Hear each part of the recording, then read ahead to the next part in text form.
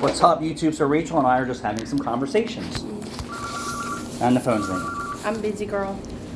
So my Monte Carlo has a red top Optima battery, 1000 cold cranking amp from 12 years ago in it. It also has been on trickle charge the whole time it's been sitting. And then this morning, just to get a little bit off subject, a woman came in for an oil change and asked if her belt was still good. So I told Rachel, we don't wait for things to break and then replace them. This is where the consumer is wrong. We do not wait for your car to break. There's certain things that need to be maintained, meaning replaced before failure. So when I brought the car in, I checked it out. Yep, it needs 4 tires and it's due for a belt. Not because it's ready to break and it has cracks and it's brown, because it's old. Replace it because it's old. It's called maintenance. So back to my battery, Rachel said it's $340 for my battery. Yeah. I said, well, 2 skinny race tires were $600 and the battery is they were like $700, but $700. And I said, I don't wait for things to fail. I replace them because I know they're old and they're going to fail.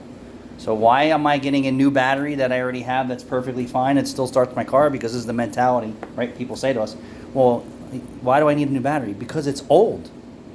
Well, it still starts my car. It still needs to be replaced. You want to wait till it doesn't start? That's fine. Yeah, or they wait for the tire to blow out because it's at the wear bars. Sit and wait on the then highway. They'll wait until it's a slick, and then they'll crash their car.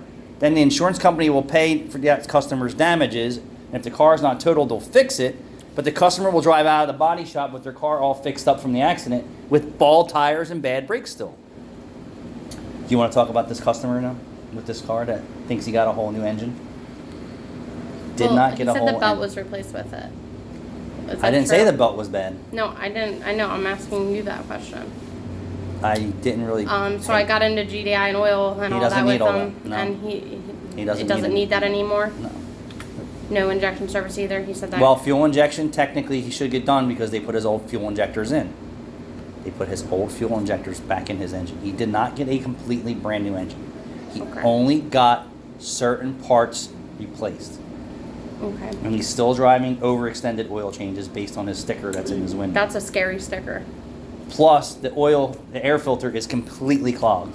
Yeah, I saw that. What do you think the cabin air filter looks like? Probably never been changed. How about the throttle body? You think the dealer wiped that out for him? No. No. Is his tires going to get any more tread on him after he leaves here? Maybe, you know.